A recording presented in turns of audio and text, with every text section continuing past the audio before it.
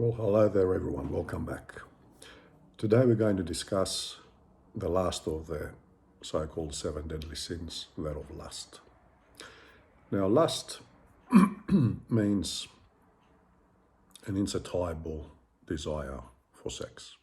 However, it can be associated, of course, with lust for money, fame, power, anything you can put your mind to. However, in this video, we're going to examine it from the point of view of sexual desire. And I would like to begin with a story, real story, a very good friend of mine, going back a few decades. Now, this friend of mine, let's just say he liked sex a lot. And everything was fine. And many times, we used to go to the bars or whatever, have a drink, talk about things. And he asked me, John, when you sleep with a girl, are you disgusted by her the next morning? Do you feel disgusted by her? I thought, what is going on here? And you can see he was genuinely concerned. And obviously he was talking about himself. And he was genuinely concerned, why am I feeling this when I've just had a beautiful experience with a beautiful lady, and the next morning I'm having these feelings? Why? What is going on? And I didn't know what to tell him, for the simple reason that I had never felt that feeling. And I just said a very simple, plain, dry no. And the discussion ended there abruptly. And it wasn't until many, many years later that I realized what was going on. And this is what this video is about, and what lust is about. And so I believe that, in the case of my friend, he had a very traumatic experience. It's a classic example of having a traumatic experience and then creating a negative elemental of some sort, which we keep feeding until it gets away from us, okay, out of control. So what you will find, and what we all, I believe, have experienced, is that when people have this feeling of emptiness within, or are feeling sad, or pain, okay, we tend to go for experiences that will provide us with some sort of instant, but also short-term pleasure. Now, that could be food, alcohol, gambling, drug abuse, sex, okay? And you can add whichever experience, you want under this, let's say, umbrella. So the problem is with these experiences, as we all know, they become very strong negative elementals, very destructive elementals. They have nothing to do with true happiness, which is a state of being. They just have to do with instant, but also very short-term pleasure. The problem with these things is that we tend to want more in order to have the same level of pleasure. Okay, so the habit becomes stronger, the elemental becomes stronger. And of course, we've seen innumerable examples of how these strong elementals habits can lead to very destructive addictions, and with very disastrous results for not just the individual involved, but in many cases for their families, friends, society. Okay, so this is, in terms of sex, this is lust. Okay, and it's not the fact that sex in and of itself is a problem, of course not. Sex can be and is a source of immense pleasure. But what is the problem? Where does the problem start? The problem, I believe, starts when it's just a physical attraction. Okay, when you have just a physical attraction for the other individual, you go, you have sex, and then what? That's it. You wake up the next morning, you see that person next to you, and you're feeling, in a lot of time, you're feeling empty, you're feeling guilty, depending on the situation. You're feeling disgusted. You just want to grab your clothes and go. Okay? Now, again, I don't want to bore you, but the answer is always given. The sages of the ages, in whatever civilization, place, time, they have given the answers, all right, to these issues. These are very serious issues. So, in ancient Greek philosophy, for example, in the Platonic Dialogue Symposium, which is really about erotic desire, what they talk about, okay, at first they analyze different kinds of erotic attraction. So the universe, life is created because of erotic attraction. But then we move on to the relationships of human beings. And what is discussed is exactly this, that if erotic desire stays on the physical level, it can lead to very disastrous results for all parties involved. Erotic desire, to be true and beautiful, needs to be for the heart, the mind, the soul of the other individual. So, fall in love, not just with the body, but with the person, with their heart, with their soul, with their beautiful mind. Then, erotic desire and the act of making love is the union of two souls that come together as one. And of course, from there, they analyze how a person who is in love with the other individual as a whole, they want to be better, they are inspired to become better, they inspire the other person to become better. Okay? And they discover then beauty as an ideal, not just beauty, physical beauty, but internal beauty, the beauty of the mind, the beauty of the heart, the beauty of the soul, the beauty of the individual, and therefore we discover the ideal of beauty as such, and we fall in love with the ideal of beauty. So we attract and we are attracted to the ideal of beauty in general. To take it a step further,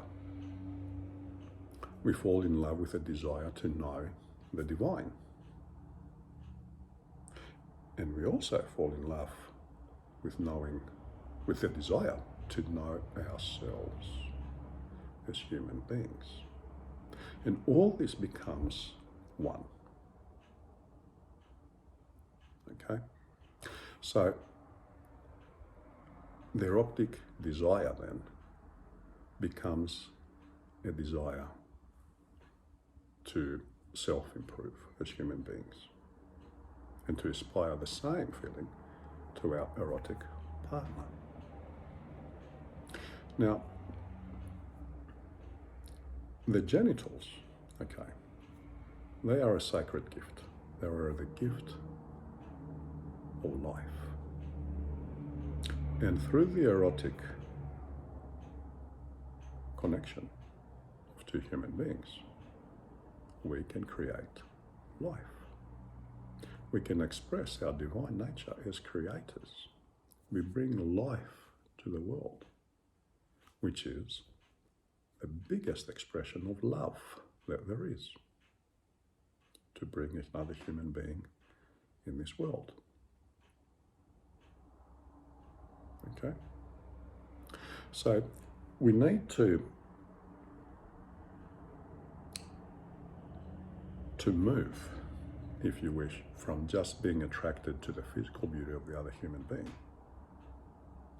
If we want to have fulfilling sexual experiences, and being attracted to the person as a whole. And so the sexual experience then has a whole different meaning. It raises us to another level of consciousness. It brings us together as one with the other human being.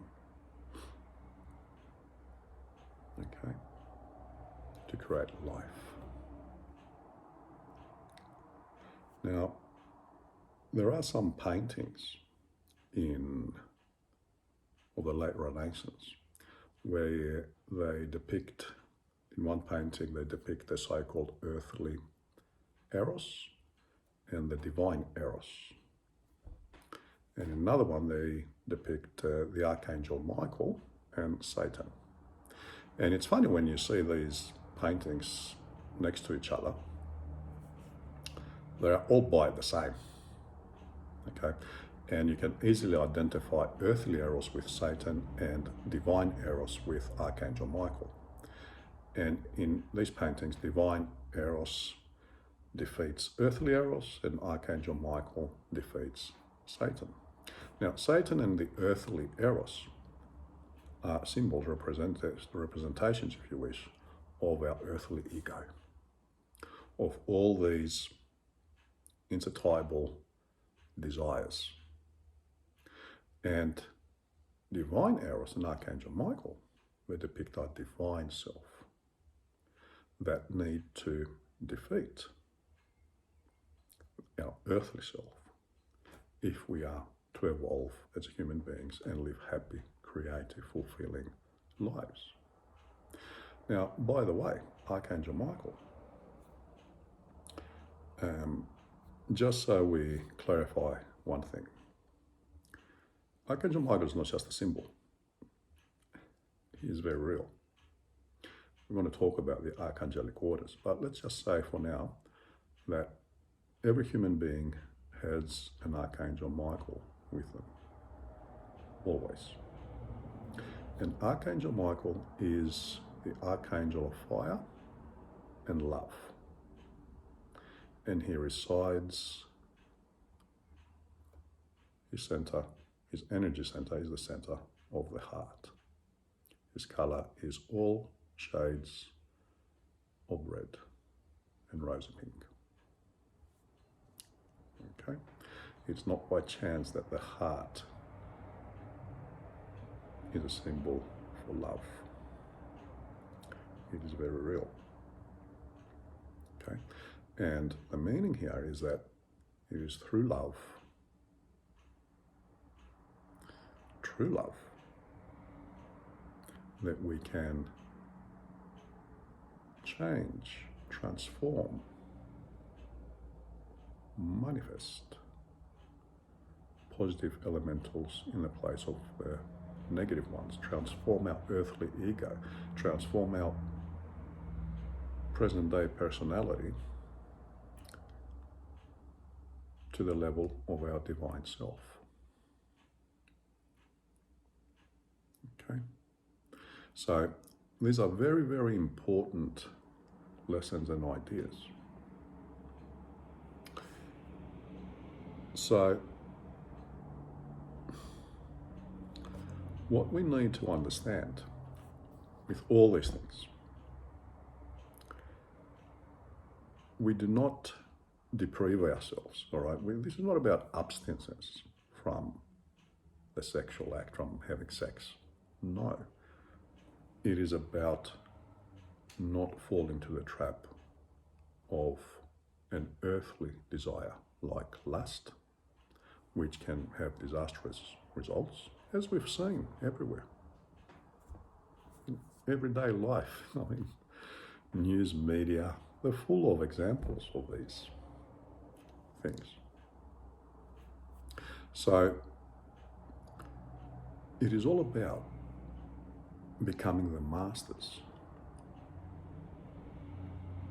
using Archangel Michael or divine Eros to defeat, so to speak, which really means to transform our earthly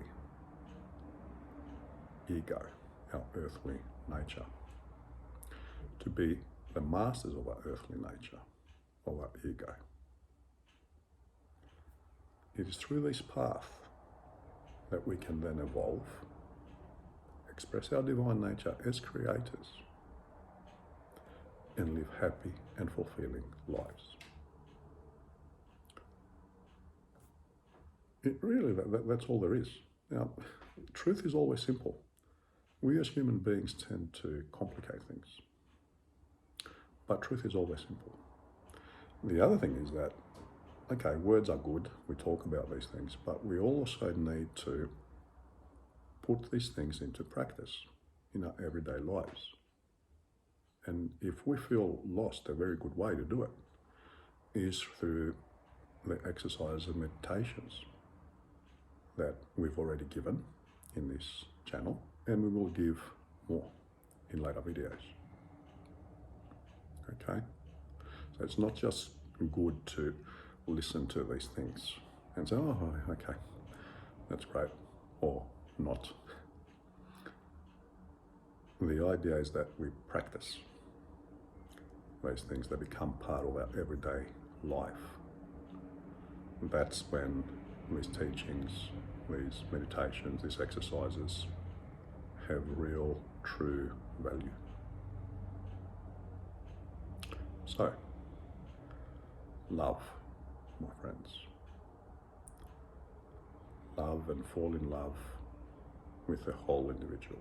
Yes, I know we've all been through experiences of pain in matters of love. More love is the answer. Not bitterness, not pain, not anger, not emptiness. Not taking advantage of the other human being. Love, more love. That's how we will find true happiness. All right, my friends. You all have a good one. I'll see you around.